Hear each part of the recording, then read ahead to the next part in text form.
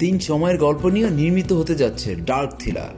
Shooting শুরু হবে September থেকে। পুরান ঢাকা থেকে শুরু করে গল্পটা যাবে সৈয়দপুর রেল স্টেশনে। টলিউডের স্বস্তিকা মুখার্জিকে নিয়ে বাংলাদেশে নির্মিত হচ্ছে আলতা বানু জ্যোৎস্না দেখেনি নামের সিনেমাটি।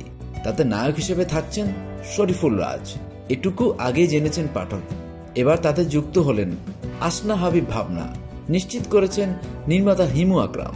পুরান ঢাকা থেকে শুরু করে গল্পটা যাবে সৈয়দপুর রেল জংশনে এবং অষ্টগ্রামের হাওরে গিয়ে এর গল্প শেষ হবে। যেহেতু 3টা সময়কে দেখানো হবে, সে অনুযায়ী গল্পের হিরোর লুকেরও কিছু বিষয় পরিবর্তনের ব্যাপার আছে। এদিকে ছবিতে স্বস্তিকা ও শরীফুলের সঙ্গে ভালোই আনন্দিত আসনা হাবিব ভাবনা।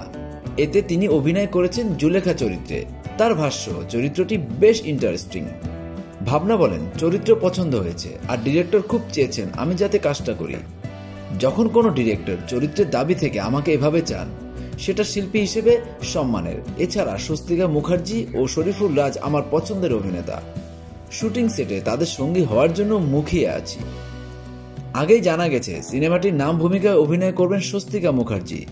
চরিত্রটি সম্পর্কে হিমু আকরাম বলেন, পুরান ঢাকার মধ্যবিত্ত পরিবারের মেয়ে আলতা বানু, যে পাগল উন্মাদ, যাকে সবসময় লোহার শেকল দিয়ে বেঁধে রাখতে হয়।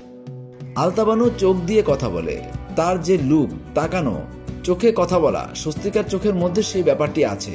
তাছাড়া স্বস্তিকাকে আলতা বানুর চরিত্রের সঙ্গে দারুণ মানাবে বলে আমার মনে হয়েছে। অনেক আগে তার সঙ্গে চুক্তি হয়েছে আমাদের। এভাবেই শরীফুল রাজ ও আসনা হাবিব ভাবনাকেও অনেক ভেবেচিন্তে কাস্ট করতে হয়েছে। অন্যদিকে শরীফুল রাজ একাই এ সিনেমায় অভিনয় করবেন 3টি চরিত্রে। চরিত্র 3টির নাম প্রেমচাঁদ, সুজন মিয়া ও মইনুল হোসেন। এটা আসলে এক মানুষের 3টা রূপ, একটার সঙ্গে আরেকটার মিল নেই কোথাও, এমনটাই জানালেন নির্মাতা।